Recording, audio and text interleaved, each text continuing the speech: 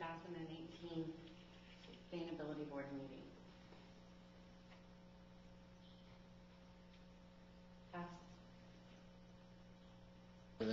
Oh, right on. Right. Order by David Floyd. Okay, sorry. Let's do the Pledge of Allegiance. And please. I pledge allegiance to the flag of the United States of America and to the republic for which it stands, one nation, under God, indivisible, with liberty and justice for all.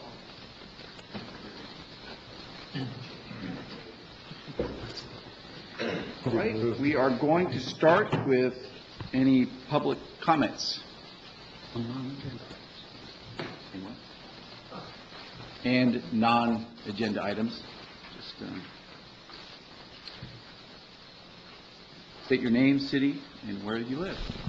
I'm John Silvers, and I live at 100 Ocean Spray, Satellite Beach. This thing's kind of springy.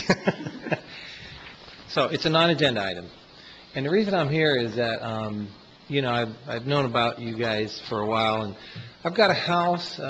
This is, I won't say it's necessarily a personal item because I have a house behind the ABC liquor store, and I'm intent on adopting all the things that are, near and dear to sustainability and so forth. And I'm here to ask you guys really for input. In the process, the house got wasted again. Irma was, death on everything, that was vegetable and whatever. So I'm rebuilding it. I'm looking for ideas and input after the meeting, what have you, for instead of just going back with a big old lawn and going back into all that, I'm looking for good ideas from you guys for xeriscaping or low water, type, instead of a lawn, ground cover, whatever ideas you guys may have. I'm kind of putting a plea out there for help.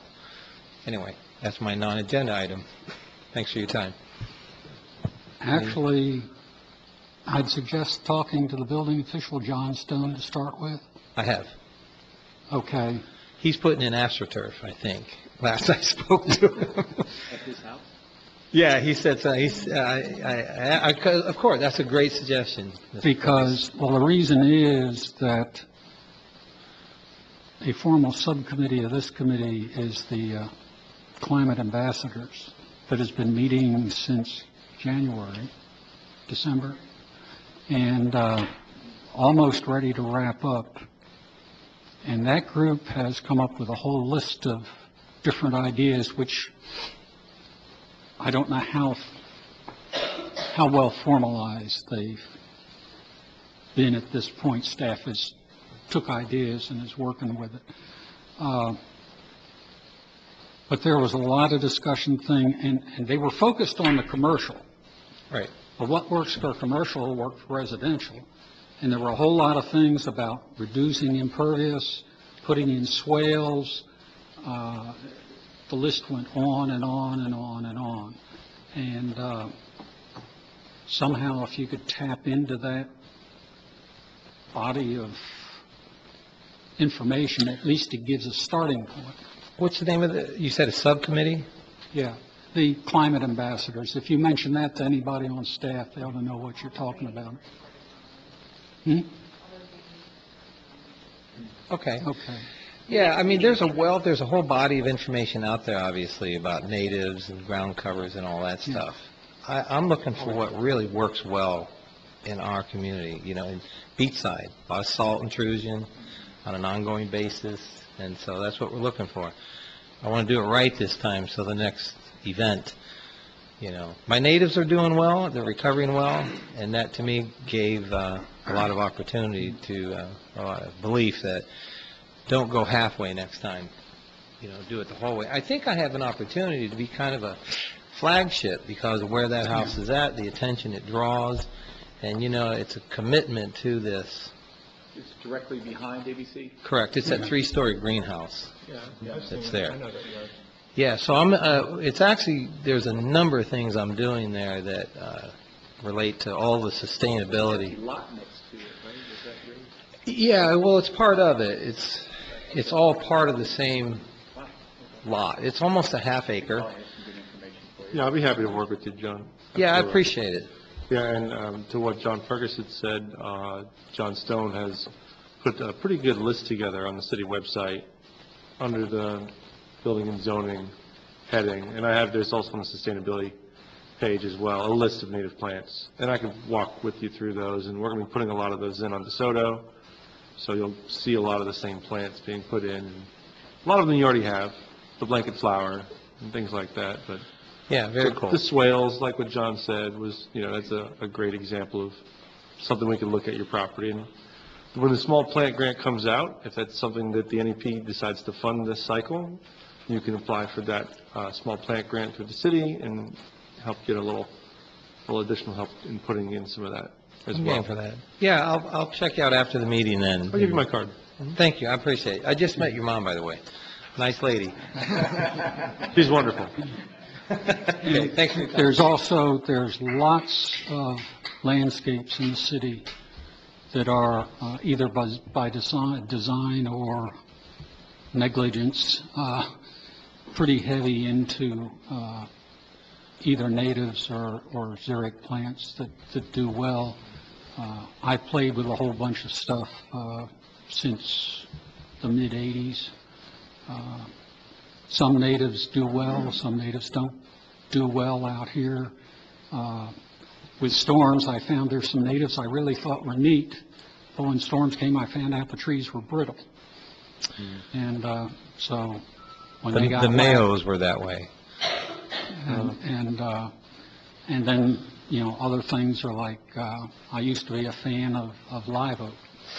And the problem with live oak is if it gets big enough and it comes down, it's going to do significant damage to a building. And so True. my wife actually took ours out, but there's scrub oaks that don't get nearly as big.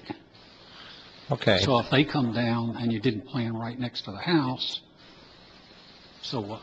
So this is some hard-earned knowledge that you've Yeah, our gathered landscape just has doing been, it. we put it in, we get it established, and if it lives through a drought and a freeze and whatever else comes along, it's okay.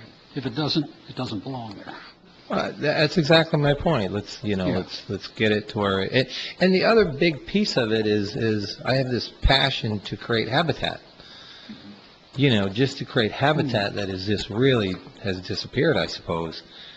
So, in conjunction with the natives and so forth, just things that work. And I read a mountain of information and I think, you know what, we've got a great board here with a lot of local information, so that's why I thought I would reach. We're right at that point where we're just, in fact, the last couple of days, we're starting to pull it back together again. I thought I killed that.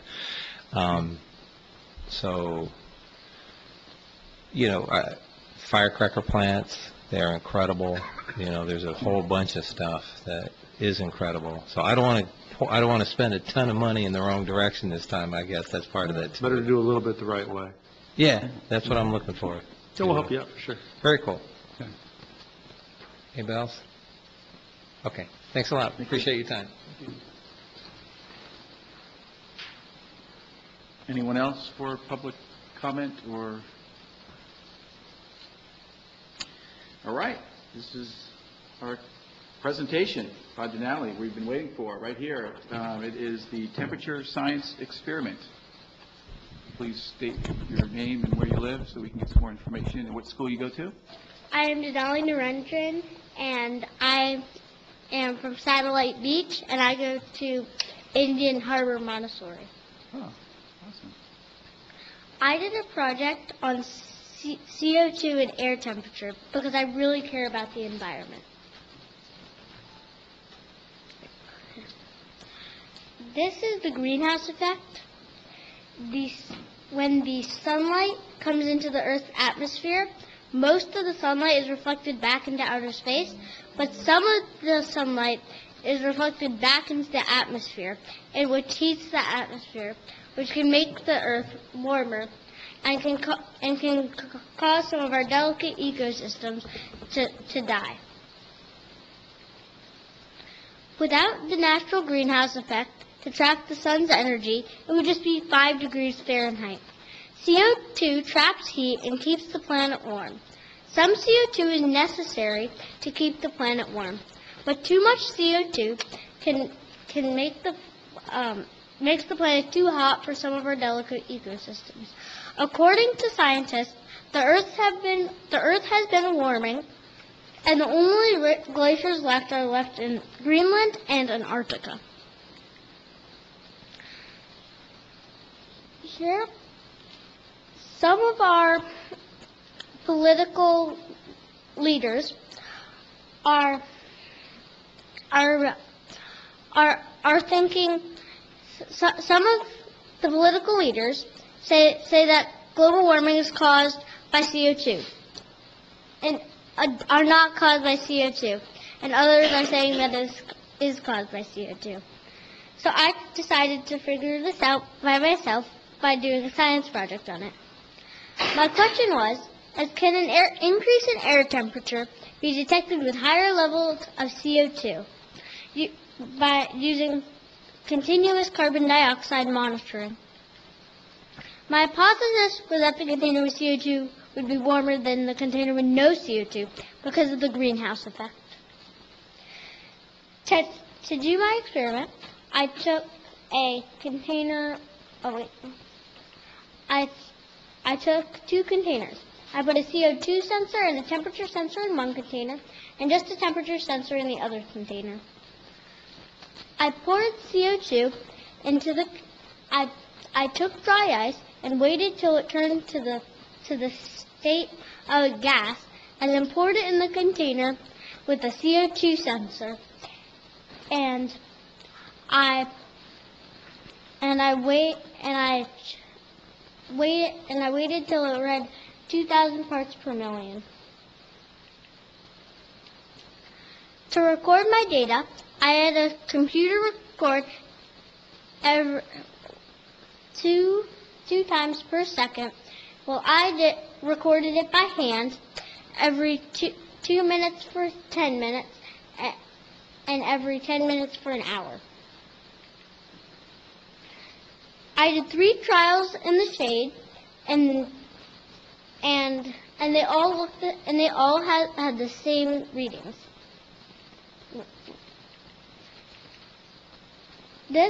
I did 5 sun trials. This is the best example that I have. Both of the tanks increased. The blue is the air. The red is the container with the CO2, and the green is the ambient. You can see that the container with the CO2 was warmer than the container with the air and the ambient. Sometimes there were sudden drops and curves, and we figured out that this happened because when there were clouds or shadows. Here are some more shadows that I saw. It took several tries before we could get the readings right, and sometimes it got until we got the right location, most of the readings got off.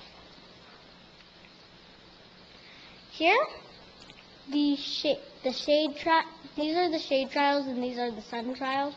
This is the container with the CO2, this is the no CO2, and this is the ambient. Some of these changed a lot. Here were 2 of the ones that I saw.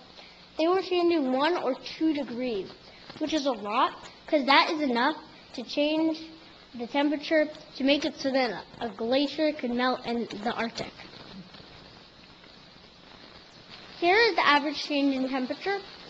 Most of the shades stayed the same, but the sun changed by a lot, because the CO2 container had an average of 3.1 degrees, more than with the container with the no CO2, which is 2.3 degrees, and the ambient of 1.5 degrees. My hypothesis was supported because the container with the CO2 was warmer than the container with no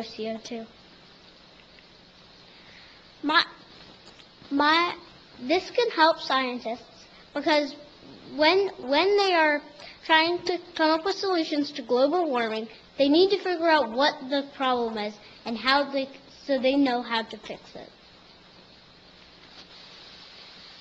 As a community, we can encourage alternative energy uses like solar panels, improve electric infrastructure, and power them with solar. We can also plant trees and community gardens. We can also add plant islands to drainage ponds to reduce CO2 in the air, and as a bonus, get nitrates out of the water. Thank you. Do you have any questions?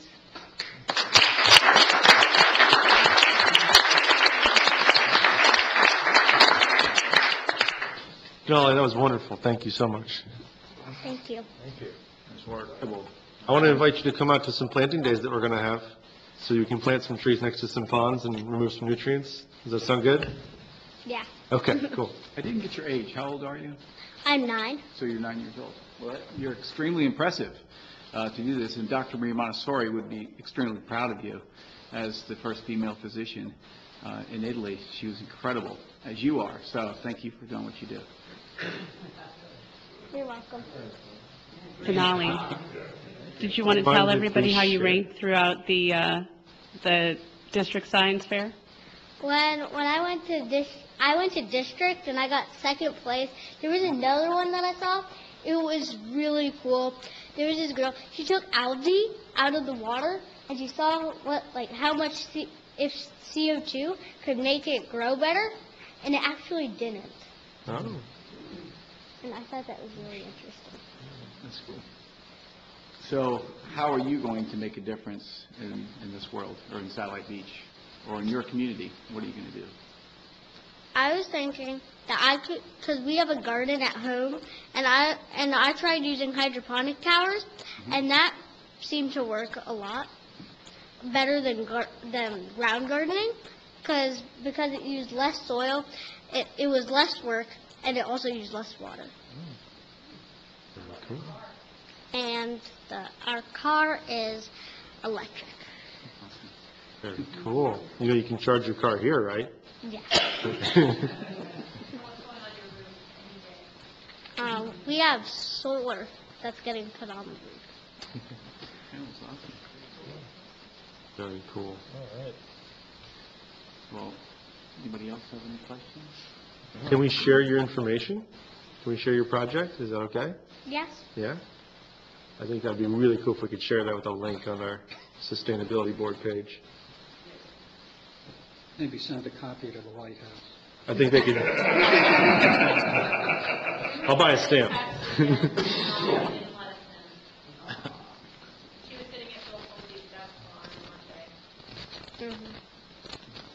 Well, you keep up the good work, okay? It inspires us to have like-minded people like yourself, because we believe in that. Our Earth is our number one thing that we want and we live by, and we want to take care of it. We really do, all of us here. So I'm glad that people like yourself are here in Satellite Beach. So thank you. Thank you. Yeah, keep Thanks so collecting much, that data. Denali. You're welcome. Yeah.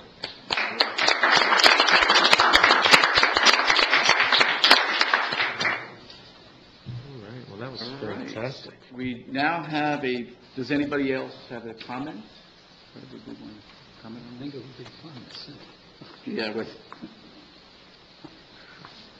All right, the next is a presentation by Lori on reduction of straws. Oh, cool.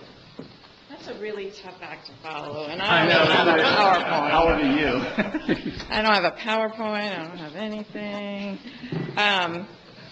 So when I was actually younger than her, and my parents lived up in New Hampshire, my mom started writing an environmental article. So I've been a tree hugger for a long time. One of the things that I really, really hate is plastic on the beach. And in the top 10 all over the world is plastic straws. Here in Satellite Beach, we are surrounded by water. It's everywhere. And when you think about it, we really shouldn't be having plastic straws here at all. So I'm on a mission to get restaurants to stop providing plastic straws. It is a personal choice, but sometimes we have to be reminded of things. I remember back in the 70s, some of you might know that, some of you won't have any idea what I'm talking about. It used to be every day, if you went to a motel, they came in, took the sheets off, and you got new sheets every single day. And then we had a water crisis, and they started putting signs in the room saying, we're trying to save water, so, we're not going to change your sheets unless you need it. We're in the same situation now. Nobody needs a straw. They're convenient, they're wonderful, and some people do have a purpose for them, but for the most part, we don't need a straw when we're sitting in a restaurant. My big thing came when we were visiting our son in Gainesville. We sat down at a pizza place, and this coaster was on the table, and it basically says, this is why you shouldn't use straws, but if you want one, just ask for one and we'll give you a paper straw. The restaurant didn't have to say a word. It was just sitting there on the table. The writing was there. All you had to do was read it, and I thought, now, this is the way to do it, because there's no training, there's no anything, and it's pretty simple to just put a coaster on a table. So when I saw that, I was like, awesome. What I would like for the Sustainability Board of Satellite Beach to do is to really try to get all of our restaurants to stop giving straws automatically. Sometimes they even put it in your drink before you can even say no straw. You got to remember to do it, or they just stick it right in the drink. And I think that one of the ways that could be easily done is by printing up some of these coasters to get them on the right track. If you see the handout, on the second page of the handout I've given you, these are some things. I've been around the state. The turtle picture that says we do not offer plastic straws because we care, that's right out here at the port at Rusty's. And they use it in their marketing, as they should. Because as an ecologically minded person, I am going to support businesses that go with what I think is important. I was on the other side of the state, and I saw the think like a fish, drink like a fish. And at first, it was the restaurant, but it was a bar too. And I thought, what are they doing? But then when I saw right under it says no plastic straws, I'm like, okay, fish don't use straws to drink, so that makes sense. And then the one at the top, another easy way, it could even go on a coaster to tell people why they're not just getting the straw right on their desk, on their table. And I think if the Sustainability Board could work on that, that would be awesome. So I went home. I was a little nervous about talking tonight. Go on Facebook trying to settle down. What do I see? Long Doggers is no longer doing the straws. That's right. I don't know. I've been sending out letters to the local restaurants. Hopefully I had a little part in that. I don't know. I'm going to take credit no matter what. One of the other things that can happen is that the alternative to plastic straws are more expensive. They're more expensive. But if you buy in bulk, then that brings the price down tremendously. If the restaurants could be part of a co-op or be part of the Sustainability Board, where the Sustainability Board buys this many straws and each restaurant gets their portion of it, then that would allow them to have better options. So, questions? Well, I have a question. My wife, this is what she brings to the restaurant. So she bought these on Amazon, these straws. But the most important thing is that drinking beer, you don't need straws. Coffee or tea or water. We don't do it at home. No. And really, I think that not that long ago, when you went through a drive-through, they would dump ketchups and mustards in your bag, right? Now you have to. How many would you like? I would like 2 ketchups and 1 mustard and 3 creamers and 1 sugar. You have to tell them exactly what you want. Yes. So for straws, in my opinion, is to beat green for sure, because it's more marketable. We're all going that direction. It saves you money for the restaurant. But just don't serve it. If somebody says, I'd like a straw, Exactly. just go get a straw for them. And you don't have to make a comment on it, just give them a straw. But just don't offer straws. Yes. It's that simple to me. I think the whole challenge of this is getting rid of that automaticity that we've gotten into, because even sometimes when I tell the waitress I don't want a straw, she still reaches right into her apron and smacks it on the table. And if it's wrapped, that's great. Actually, technically, if that straw hits the table, it is not supposed to, even if I don't touch it, it is not supposed to, it's supposed to go in the garbage, which again is just a waste. And when you're in that business, you're not thinking of that straw and the waste of it. You're thinking of keeping your customers happy. So just having the sustainability board encouraging the restaurants to get away from that automaticity is, yeah. I'm just curious, have you researched the price for these, for coasters, or? I have not. Skip the Straw is actually out of England, and I've sent them 2 emails, and I don't know why, but they're not responding to it. What I would love to see, especially if the sustainability board got behind it, is put Satellite Beach on there and say we're going to be the first in Brevard to be a straw-free city or something like that. But this was from England, then? It wasn't from the States, this? No, I got them here. Oh. I got them here, but Skip the Straw campaign is out of England. Okay. But the first one I got was at a pizza place in Gainesville. Okay, do you know the name? The name of... Leonardo? No, but I'll find it. Yeah. They have a bus, I know that. Yeah, it's right near our son's house, so he can get me that information. Would love to call them. Yeah. See if they can. The thing is that there may be copyright issues if we came up with our own, Maybe, yeah. and then we're free to do what, because my thought is, my idea of restaurant, it's Taco Bell up here at Atlantic Plaza. And they don't have coasters. The straws are out in the thing for That's anybody to get. That's true. But they put signs on their front doors. So if you had a nice decal that could Yeah. go on a door that said, if you want a straw, please ask, or, whatever you want to do. The other thing, I have in the past looked up alternatives, and from my limited research, paper straws are about 10 times as much. And that was unwrapped, that was bulk in a box. So you're talking a big difference. Another thing I'm finding with the big chains, Taco Bell, McDonald's and stuff, they tend to have corporate buys a gazillion of napkins or whatever, Oh, yeah, and it all comes in a shipment, boom.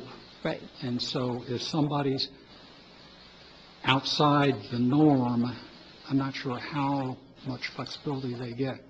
I know some of these places, it's mandated, you have a choice of 4 different formats when you redo your store. It's A, B, C, or D. End of discussion. Well, the big chains are more of a challenge.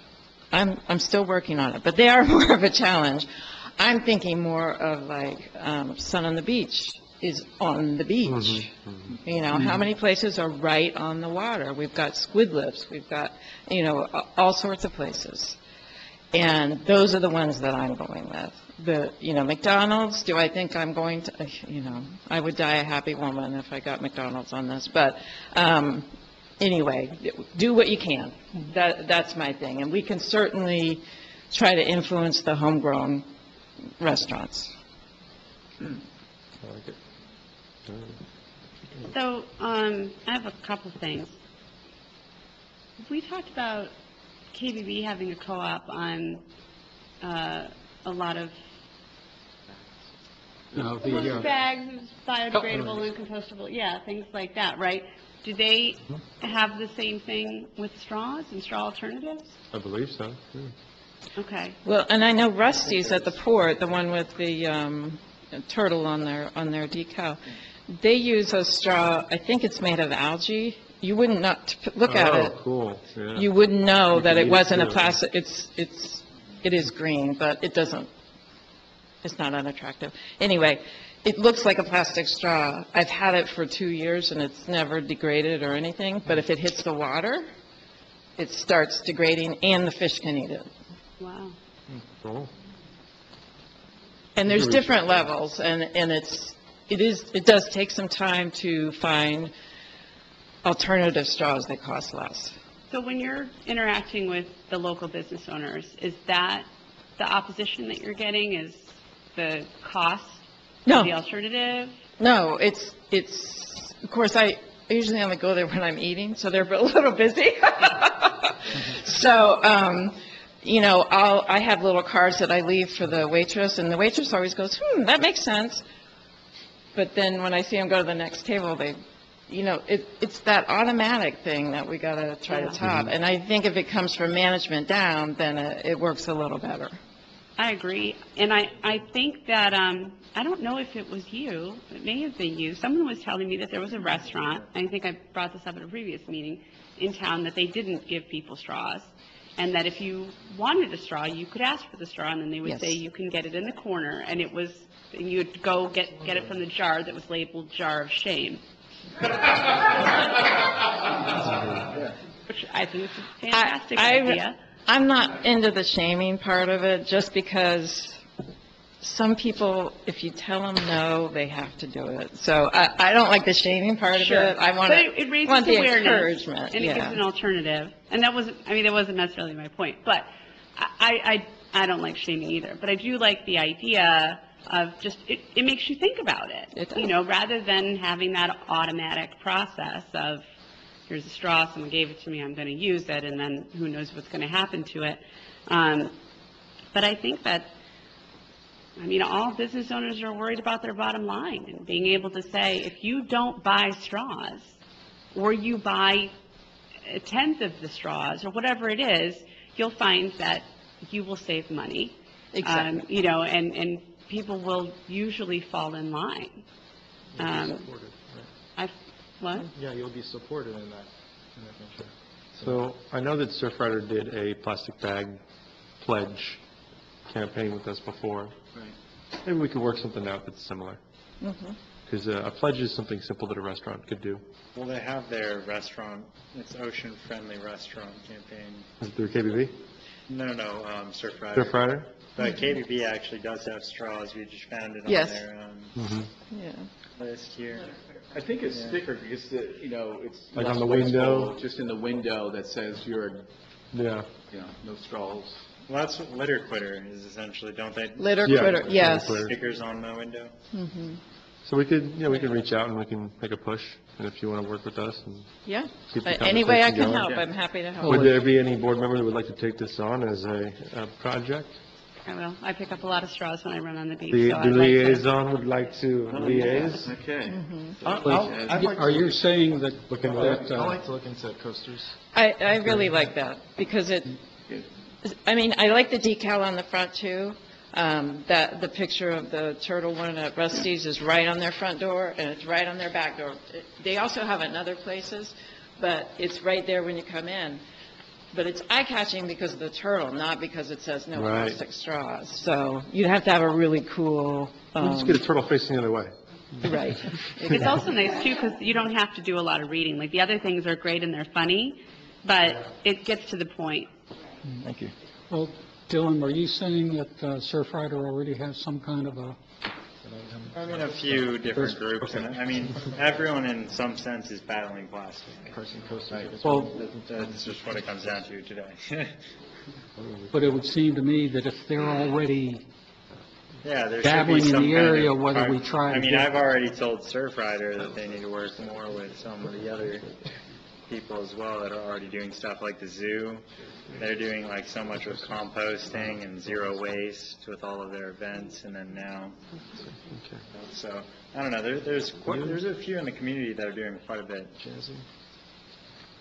well, do you want to broaden it then? And, like if Surfrider and the zoo and some others are doing, they're all going after the restaurant business. why not kind of have a little get-together and say, Yeah, I mean, they all know about each other, and they're all trying to work more collaboratively.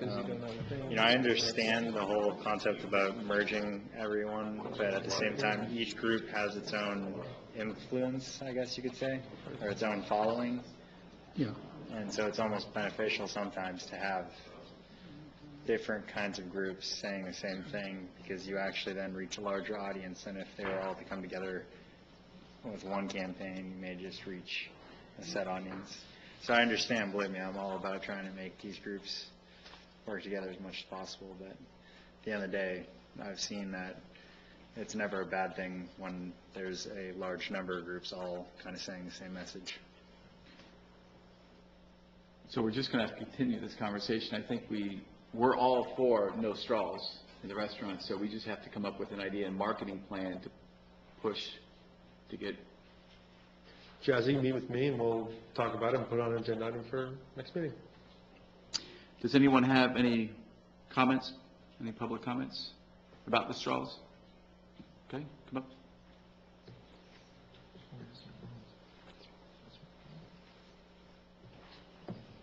Hi, Dave, everybody. You guys, I'm Jeannie Beatty, and been in the area about 30-something years, and you know part of my family.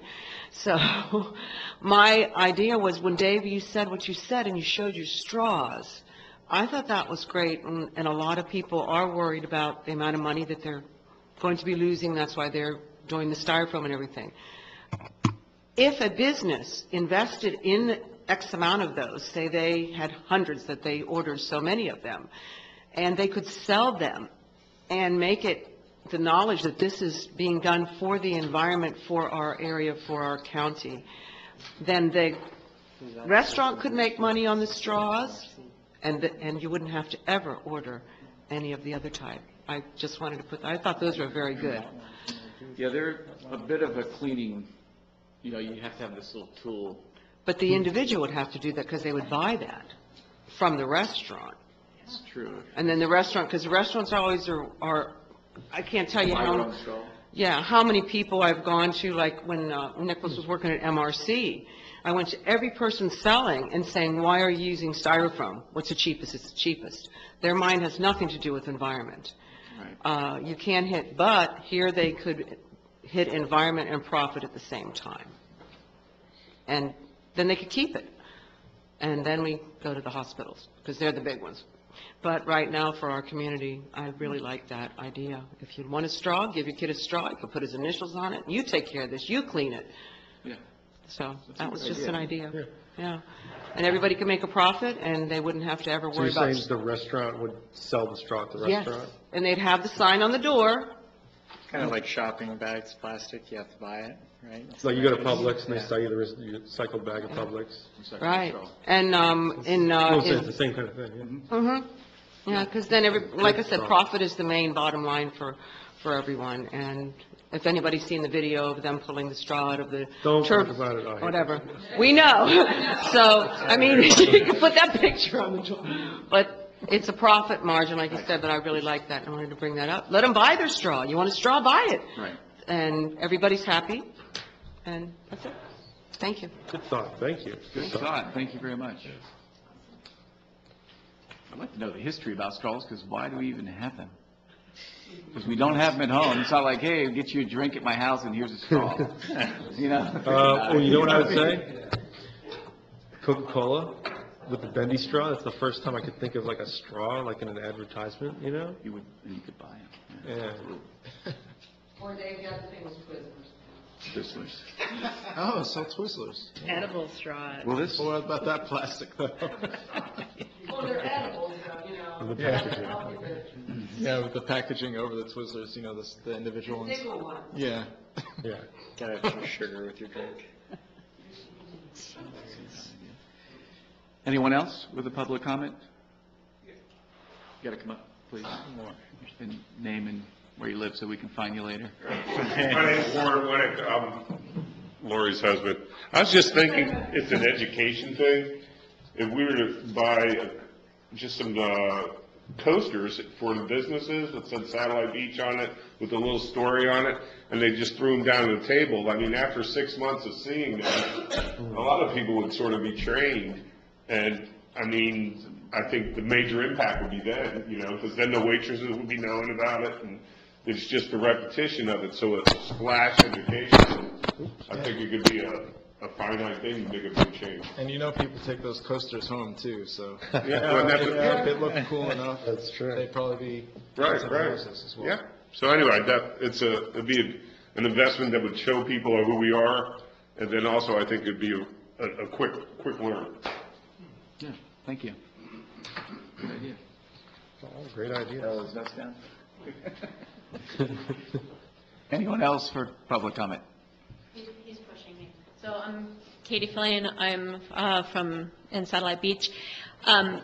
Just a random thought. You know, every single year the elementary kids sell what amounts to stuff you don't want as fundraisers for their school, but you feel obligated to buy. Girl Scout cookies. I have 2 Girl Scouts. Trust me. We have sold many, many, many boxes of them.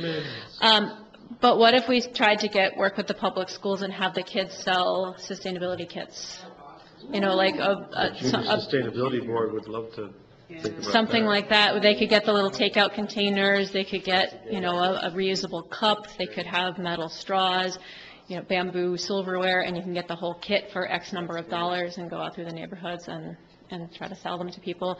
See if they can get restaurants to have them in the restaurant, something like that. That'd be That's a good idea. kind of cool. We're the Boy Scouts, because the Boy Scouts don't have anything. I mean, the Girl Scouts have been leading the way. I mean, seriously, coming out with new cookies and everything. I mean, I just wait for them. But the Boy Scouts sell popcorn. Popcorn. No one wants the popcorn. I'm with I you. love popcorn, but I don't want But we choose to not participate in any of the school fundraising stuff because the stuff they sell, we don't want it. But if it were something that people wanted and was useful and good for our community, good for the environment, some people might get more on board with it. So, and it would help the schools and the kids. So, maybe. I love that idea. Yeah. That's a great idea. Very good idea. That's- Anyone else? I know you two right there. Come on, the blue shirts. Any other comments? You guys are. Those you're are our my future. children. You put them on the spot. Good job. Thank you.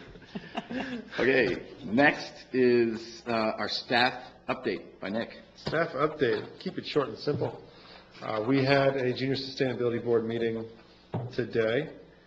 It went rather well. We have a opportunity to talk to them about something new, so we'll talk to them about what we just talked about today and see how they respond to it. They created 2 projects.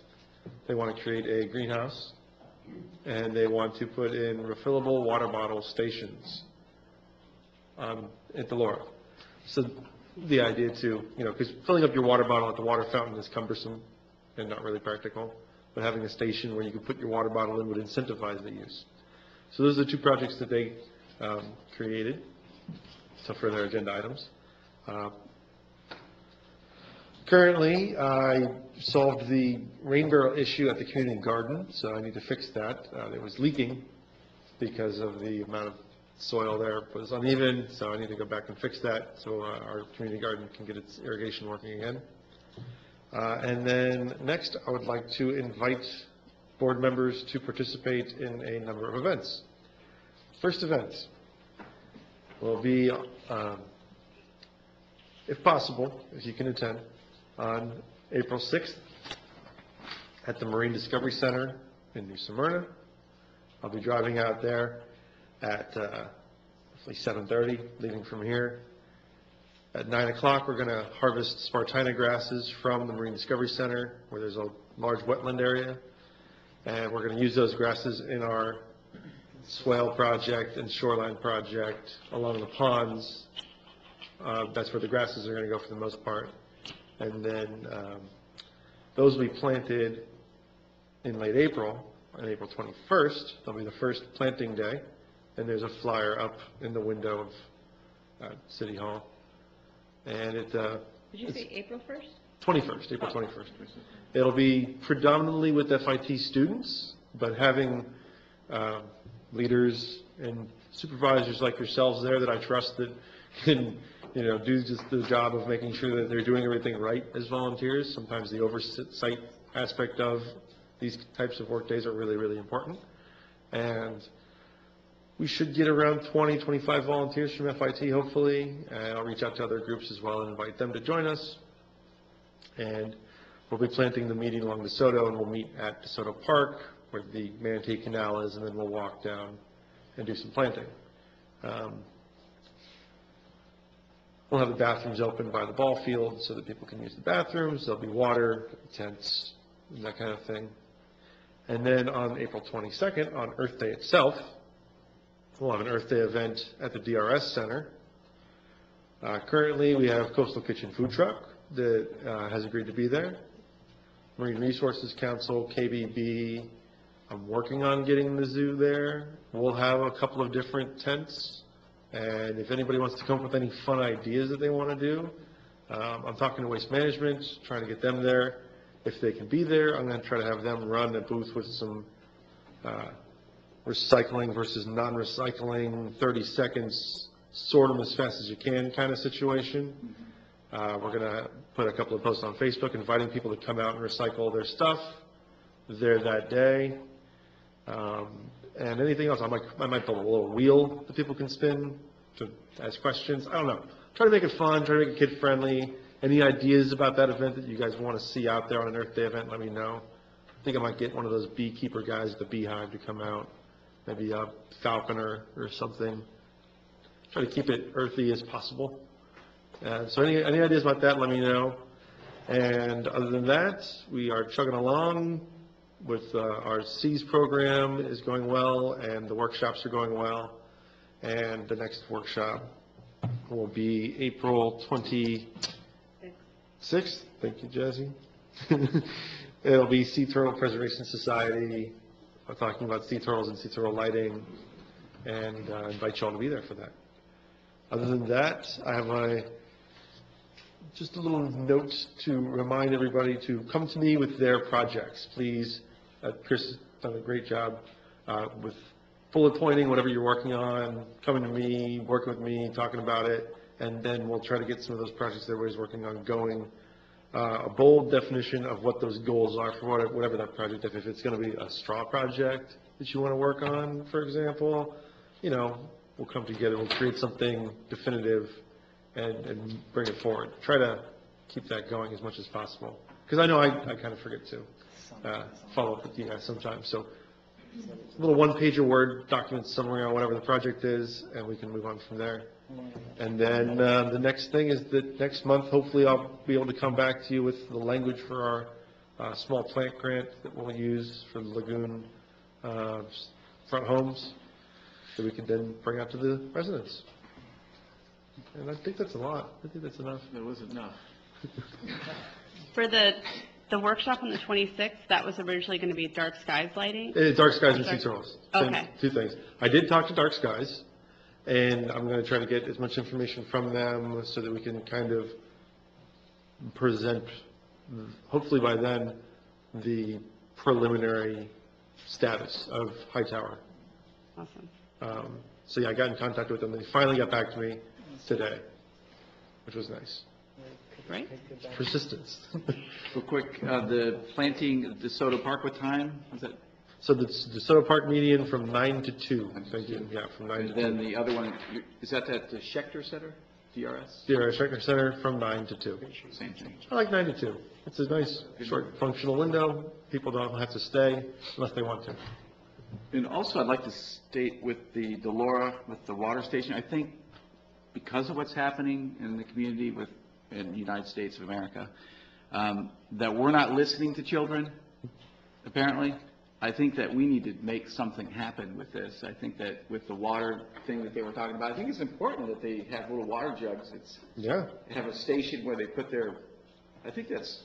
FIT has a really great one that kind of stands alone, and I think we might try to use that as a model, where they can just put it anywhere they want, and it won't interfere with the existing infrastructure of water fountains, but it'll be an addition to, which that's the angle that I'm going to take. If anybody has any other ideas, let me know. And how much were they? How much? I'll get back to you on that. Does anyone have any public comment? I have a real quick Or question. you're first. Yeah, regarding dark skies, that's a sea turtle thing?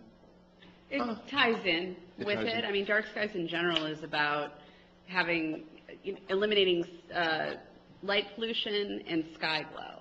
Okay. But they also do get into like spectrums of lighting that negatively affect humans and plants and things like that.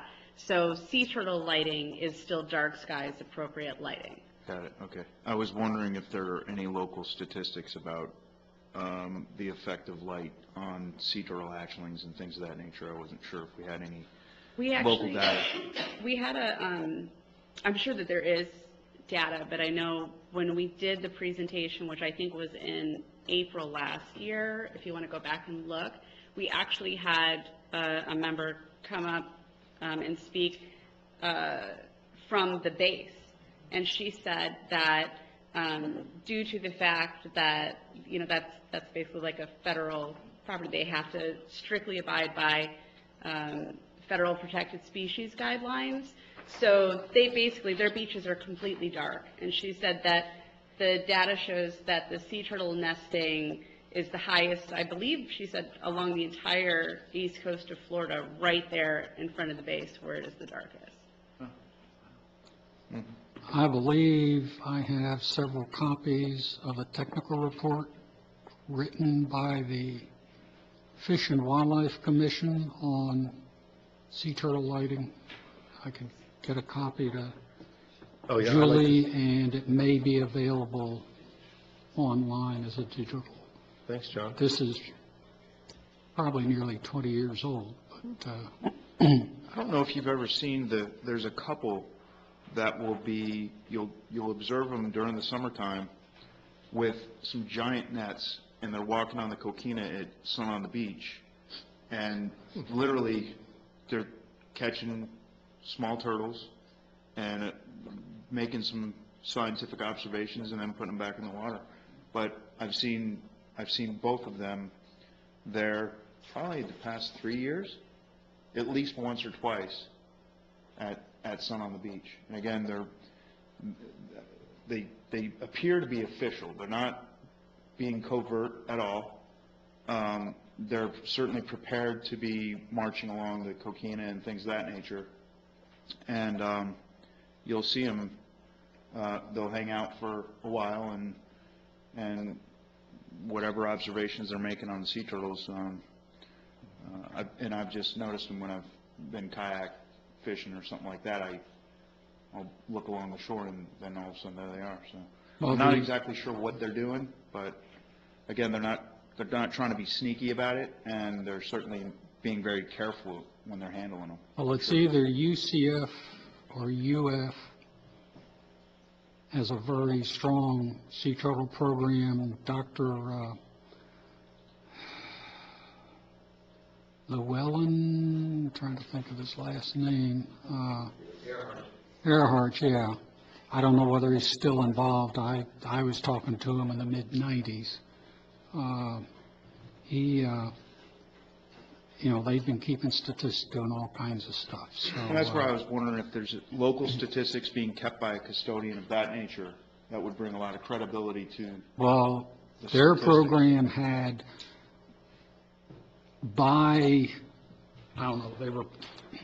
I remember they had landmarks like the house with the red roof, and it'd be like every 1,000 feet or quarter mile.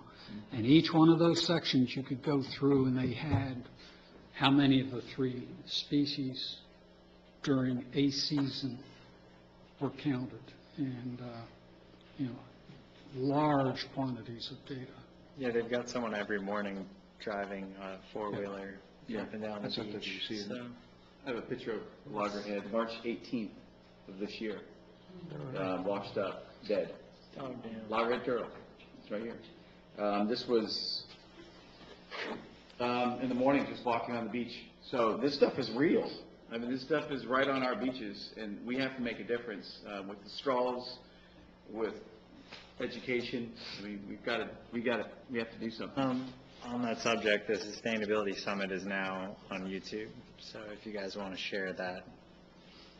Oh, yeah. Summit's on YouTube, both the So workshop. it's a two-parter. The first part is the workshop. Yeah. That's about 38 minutes. and then the remaining 2 hours and 20 some odd minutes are the entirety of the Sustainability Summit. And we're going to cut it up and release it through Facebook as well as individual speakers. So That was a lot of fun.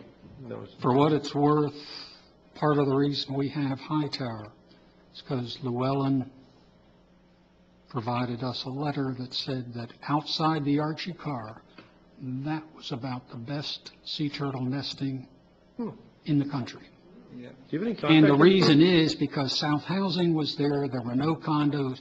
You go out to sea and you look back and there's this black hole. Yeah, the base, yeah. John, do you have any contact info on that? On what? Llewellyn? I've lost track. I'll find it. Okay. I mean, it's not like it's. Okay. It's not like a John Brown or something, you know, it's a little more eclectic, yeah. Easy to find. I'm not sure because he wasn't young then. That was a long time ago. Okay. Does anyone have any public comment? Not a comment, but I can get you in touch with Dr. Everard. He's still around. Thank you, Bob. Is he still practicing or is he retired, semi-retired, do you know? Retired. His wife just passed away. She had a prolonged illness, and he was caring for her for quite a while. Okay. But he's still active. He's attended the quarterly meetings down at Archie Carr at Barry Island Center. Okay. All right, our next agenda item is discuss, take action on native landscaping.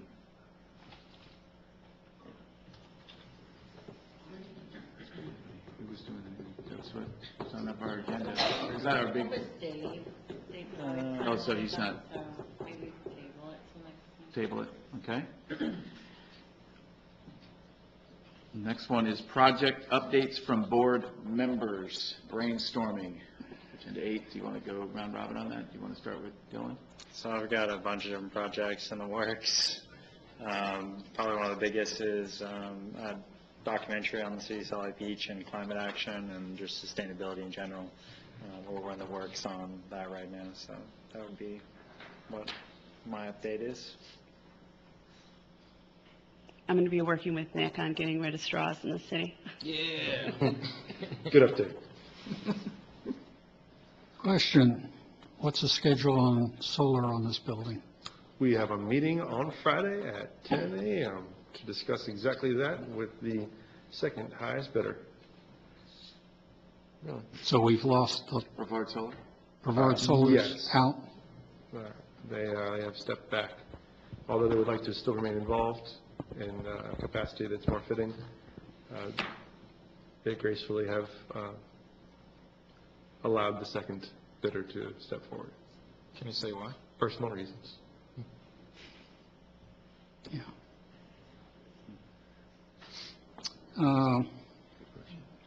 On the brainstorming side, I'm kind of focused on solar. And in the last couple of months, I found out that FPL is a big proponent of solar. They're making these solar farms. And recently it was reported that their Citrus Solar Farm, which covers over 800 acres, that they are adding batteries to the solar system. And that's the first in the country supposedly. And according to the numbers, they're adding 16 megawatt hours of battery capacity, which in every year will increase the output by half a gigawatt hour. A gigawatt hour is 1,000 megawatt hours. The Babcock solar array is only 400 and some acres, but they're intending to add 40 megawatt hour worth of batteries to that array. And I think part of the reason is that the Babcock arrays, in conjunction with the new community of Babcock Ranch, that at build-out supposed to have about 50,000 residents and is being designed and built as a sustainable community, including 100% renewable energy use. And where that leads me is I'd be interested, or my thought is that it'd be interesting if the city were to come up with some kind of an agenda to sit down with FPL, and instead of working with a brand-new community that right now is nothing but raw dirt, trying to make a existing community self-sustaining. And they're willing to spend the gazillions of dollars they're spending on these places. We've got an ulterior motive, which is I would prefer that the users own the solar than the utility owning it and selling me the sun.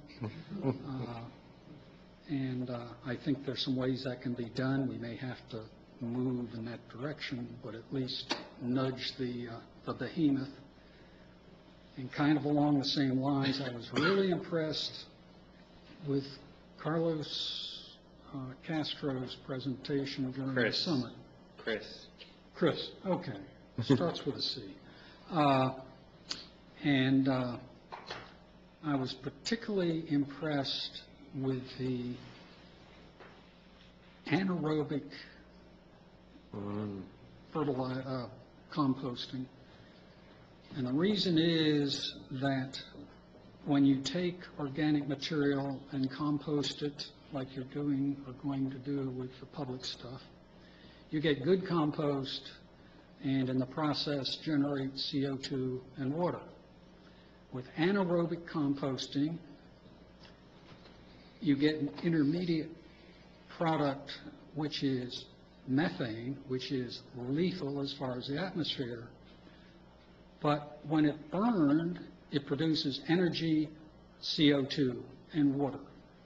So when you do anaerobic composting, instead of getting compost, CO2, and water, when you do anaerobic, you get compost, CO2, and water, plus the energy that was harvested from the methane.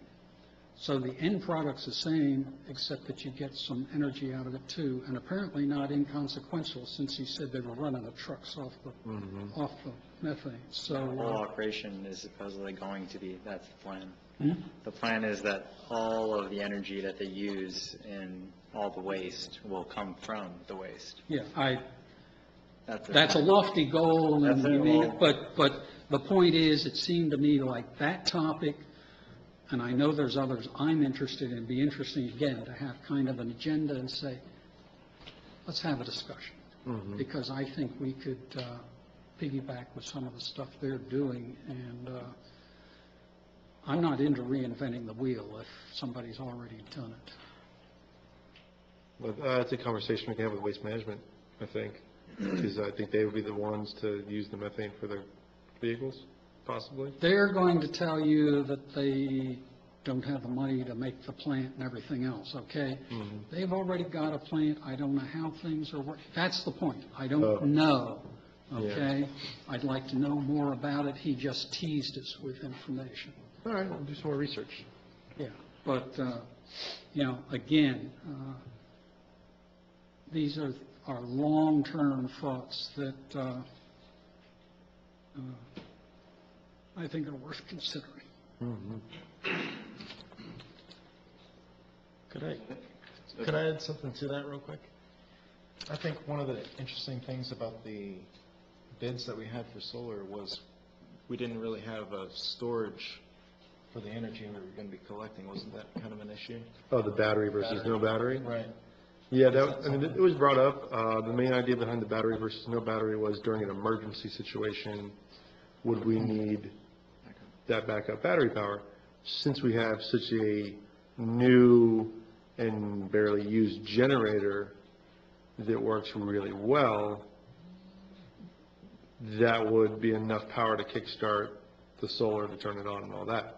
because usually that's what you would use your battery for during that period of time, would be to try to give it the spark to turn the solar on.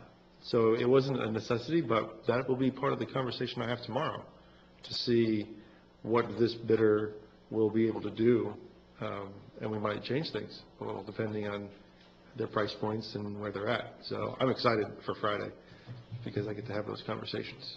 And I will come back to you with a full report.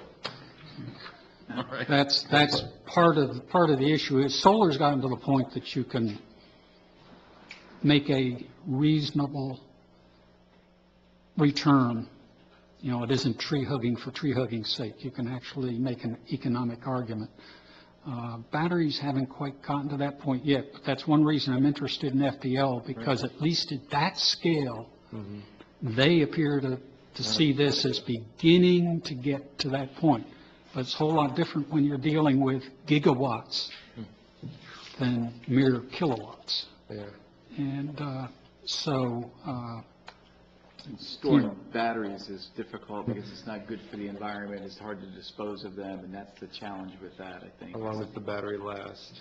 Yeah, exactly. yeah, and so that part of, there's a whole bunch of battery technologies, all of which are kind of moving, and it's getting better. I mean, it is. Yeah, It's getting yeah, better. but it's, I think I'd say it's not a mature technology yet, Right. like solar panels are. I mean, it's a dime a dozen, as it were. It's part of the conversation. Right. Part of their bid was just setting up a system that could eventually become. Right, and that's the option, is to be able to install the battery when it becomes more efficient. That, yeah, I think that, I'm not sure whether that was a requirement or not, but it's almost like that. In other words, we don't want to have a system and have batteries in 5 years become economic and say, oh, we've got to rebuild this because it wasn't built right. So the idea is that it will be built with that addition in mind for later. Okay. Good point. All right, I'd like to continue working on the community garden because we're going to have our anniversary coming up soon, where the food trucks and all that stuff is going to be happening for the first annual year. Well, coming around, and we have to decide, and we have some decisions to make about the people that have the community garden boxes, and if community members want them, how do we address that? Do we keep ours, or do we? Because it's hard to give them up once you have them. If you know what I mean. Anybody out there? Because it's got plants in there and such. But Right. I like the water station thing. I'd like to go on that. I'd like to, with the junior kids and stuff like that, I think that we need to start with something, get them going. Okay, And so you want to kind of take the lead on that? I think with you, I mean, I'm going to. Oh, no, absolutely. Yeah. Throw me out the door. Watch out for those kids. Yeah. Okay, great. Are they going to continue meeting during the summer or not? Do you know? Absolutely, yes. Okay. Are we, I mean, originally when we designed the garden, you know, we had kind of a phase 2 to build more beds. 5 years. 5 years. That's when you see the complete ROI to where you can fund the next construction phase.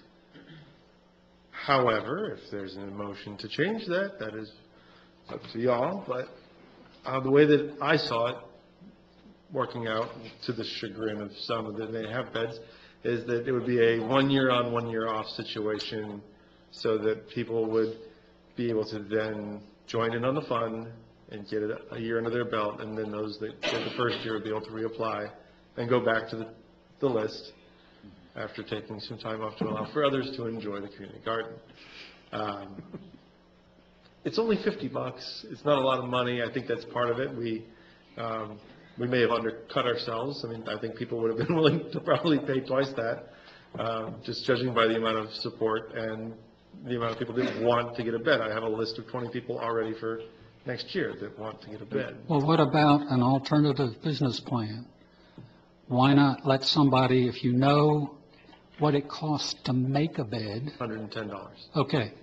If somebody would then, let's say, lease a bed for, let's say, 3 years for $110, then you can add a new bed that's a leased bed that's paid for itself.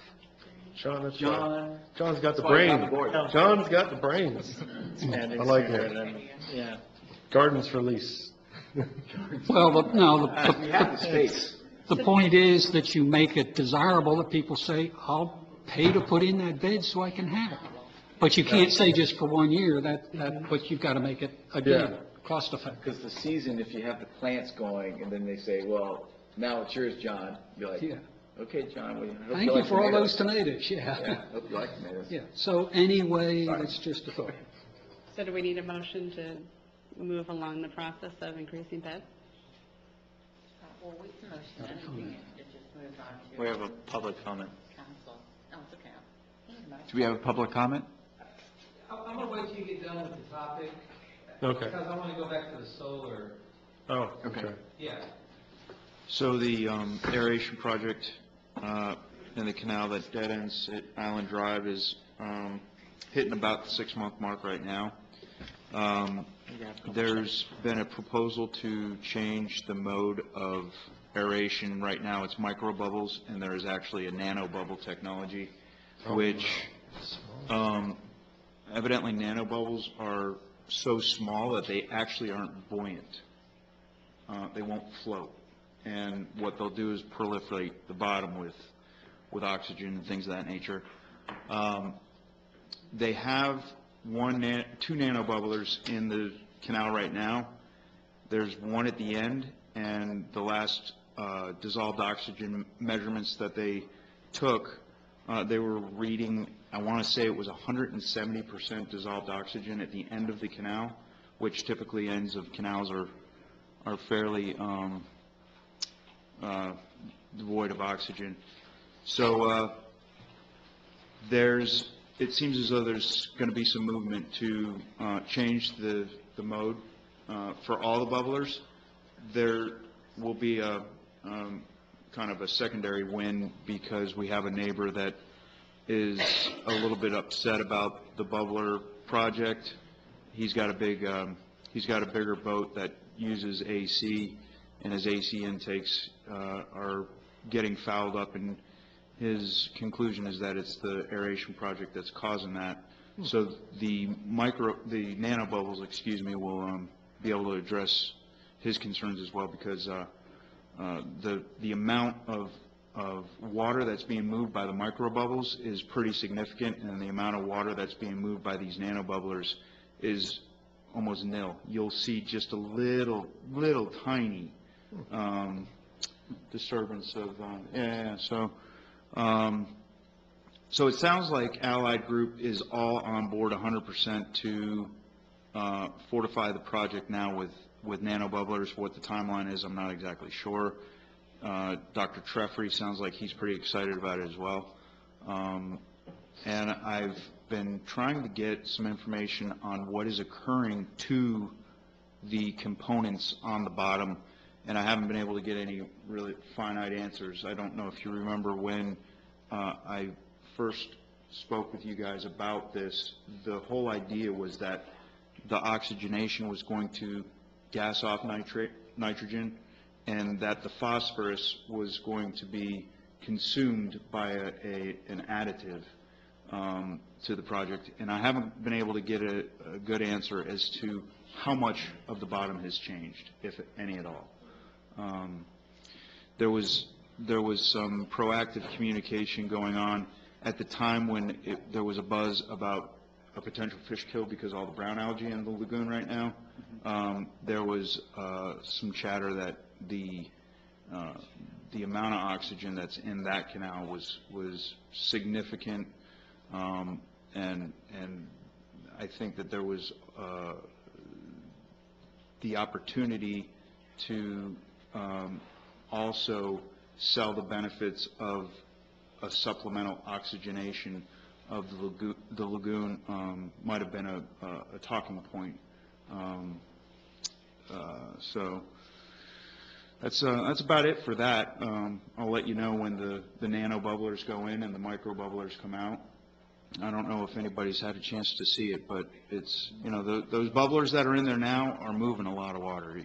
They're noticeable. Now, is there, okay, so moving water isn't a primary goal then?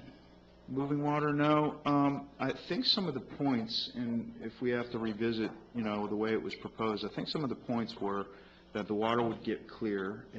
I haven't observed anything. Now, I don't have any equipment. I'm just going out on my dock and looking around. I haven't noticed anything significant as it relates to water clarity. Now, what about, have they indicated what you were saying suggests to me that you might have an inverted oxygenation profile? In other words, you would expect surface water more oxygen-rich than at the bottom, and from what you're saying, we may see the inverse of that there's more at the bottom than at the top. Yeah, so the control canal is Anderson. It's a canal off Anderson's off the one of the streets that is along the canal, and evidently, they're getting measurements of absolutely zero oxygen from 3 feet down in that entire column, zero. And in this canal, there's just a lot of oxygen, all throughout it. But where the nanobubblers are, it's extremely high, and especially at the bottom. And I don't know how a bubble doesn't rise. I don't get that, but evidently these nanobubblers, the bubbles are so tiny that they just literally are just spreading through across the bottom. Now, that would seem then that they may be interacting with the organic and actually burning the organic, right? Conceivably. Yeah. Yeah. Now, are they injecting it in the muck or on the top of the muck? Is the bubblers sunk, or are they? The way that the nanobubblers are working is, so the micro bubbles are literally air blowing through those diffusers. It's a giant ceramic plate. It's about 2.5, 3 inches thick. Air is blowing into that plate, and then that's where the micro bubbles are created. But the nano bubbles are actually coming by way of water being sucked into a pump, oxygen being blown into that, and that going through the nano bubbler. Okay. But I guess my thing is the ceramic plate sitting on top of solids, or has it sunk down into? It will subside. Okay, so it's going through the whatever's in the bottom. Yeah, I mean, I think the best way to describe that, and I haven't gone down to take a look at it, but I think that it would be kind of like it's just blowing air, and so there's probably an area around that that's cleared out a little bit. But they spent very particular attention the day that they put all those out at getting those to sit right, because as they're blowing bubbles, a leading edge might sink in, and then they can tell by the amount of water that's being pushed up that the diffuser is not positioned properly. So I'm telling you that how many did they set? They set, I think, 8 of those micro bubblers, and it took them the better part of an entire day to get 8. I could see if it's at all kind of immersed in whatever's down there. Yeah. If you're setting up a current, I could see that it would stay cloudy because it could be entraining all this stuff and just circulating. But again, by exposing it to oxygenated water, hopefully it would be reducing the load to some degree. Well, as far as the clarity goes, again, it's not worse and it's not better to me. It's just like my neighbors. But it could be when they turn the bubblers off. Yeah, maybe. That yeah, you'd see a change. Yeah, you never know. Cool. So yeah, you're welcome. Cool. I'm still working or ironing out details. We're getting a new little project started, working with Nick and Courtney. Cool project. It's pretty cool. I'm pretty excited about it. That's still ongoing. It's a learning process for me, so this is my first big one, so I'm trying to get that going. Also, I'm really excited about working with Jazzy and Nick on this, in particular about the coasters. I think being a little suggestive with the coaster is the way to go. I use straws from time to time. But I do, let me tell you, I do discourage people from using straws too. And especially my guy friends, it's easy for me to say, hey, you look like me, you shouldn't be sucking out of a straw. That's no good. So I don't know if there's any way that we can think of little sayings like that to, nudge people on the shoulder or something. Just kind of make it a local saying or. Like that's the last straw? Yeah, or something. The straw that broke the turtle's back? Right, that's right. Yeah, but maybe we could say that. That's the straw that broke the turtle's back or something, but maybe we can have some inside lingo. I don't know. So that's about it on my end. I'm really excited about this month. The next month coming up in April. Got a lot of things going on. Big month in April. Yeah. Earth Day month. Yeah. That's it. And I'll admit, too, that sometimes even when you ask them not to put a straw in your cup, even if it's a place you go to all the time and they know you know these people, they still have that habit. So breaking them of the habit. Public comments?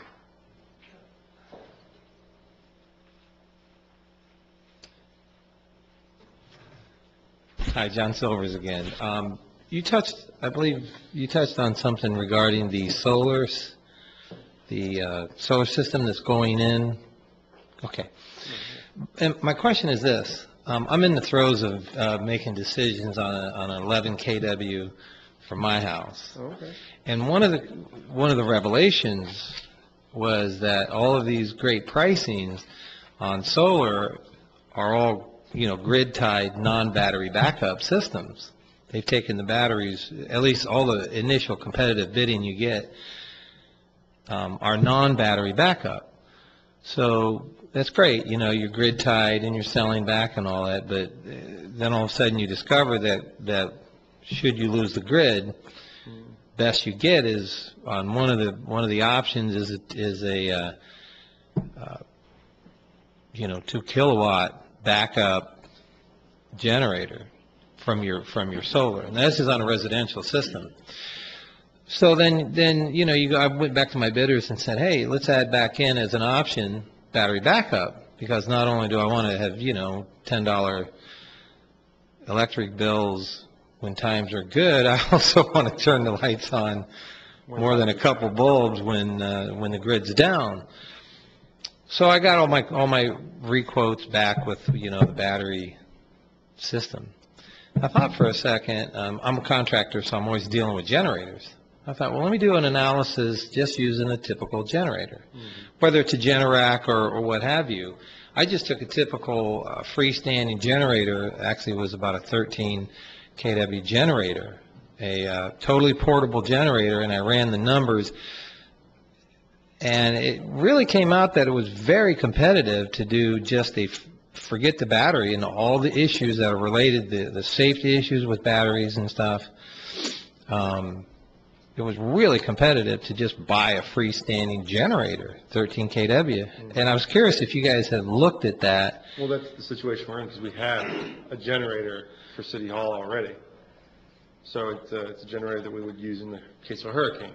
Right. So, yeah, we have that infrastructure. So you're not doing you're not considering battery, or? We are. We're still considering it, but the likelihood that we're going to consider it to be installed with the solar, as John said, is probably not likely, because we'll wait till the battery technology gets a little bit better, but have the system capable to have that adjustment add-on when the time is right. Yeah, the switch. Well, it would be the same calculation with a generator as it would be with a battery backup, as far as being able to switch to one or the other. Have you done any analysis cost-wise? My numbers ran as the longer power was down, because of the energy, the gas or the propane, whichever the case may be, the longer you were down and the longer you used your backup that was an alternate generator, it got to be where it would exceed the battery cost. Yeah. I haven't done any study to figure out when that moment is, but that's a question I'll ask on Friday. So I took a look at what the average downtime, being around Florida here for 37 years, been through a bunch of hurricanes and lost power a bunch of times. Worst case scenario has been 7 to 10 days, I would say, on average, and that's living in various parts of the county, including satellite. So I think I used 2 weeks as my scenario for using my backup power, my generator. And the numbers came out in favor of generator versus battery. the portability, the ability, batteries, when the technology gets much better, that changes the whole equation. But today, the usability, the ease of just plugging in a portable generator or, a Generac or something. I mean, you guys are on a whole different, what's the usage on the public building here? Of the generator that we have? The demand. I think it's like 114. Yeah. Yeah, I think that's about where we're at. So that's a whole different equation Yeah. than what I'm dealing with. But I was just curious, because it's a similar problem. Well, also, though, with the city, we have a generator, it's a sunk cost, and we got it at a deep discount, it was used, and there's probably at least 10 years life in it. And so, you don't just throw away something like that. Oh, no, that's definitely fiscally responsible. You do want it so that when its time comes, you can make that analysis, and my bet is the batteries will beat it by a mile at that point. New generator versus batteries. That's a sensible assumption, for sure, 5 years from now, the way... And the other thing is that it won't depend on the fuel supply. Yeah, The sun will still be there after the hurricane's passed. Dave has the other thing, I have solar panels at mine, and you can just run it off your solar panels. But my neighbor, when the hurricane was here, we stayed here, and I heard, that's all you heard was the noise of the generators. But not only that was the smell of the gas.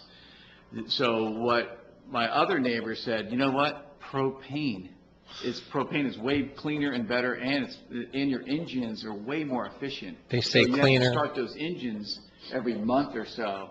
My father-in-law had one that was supposed to work all the time, and started, that thing went down. So Right.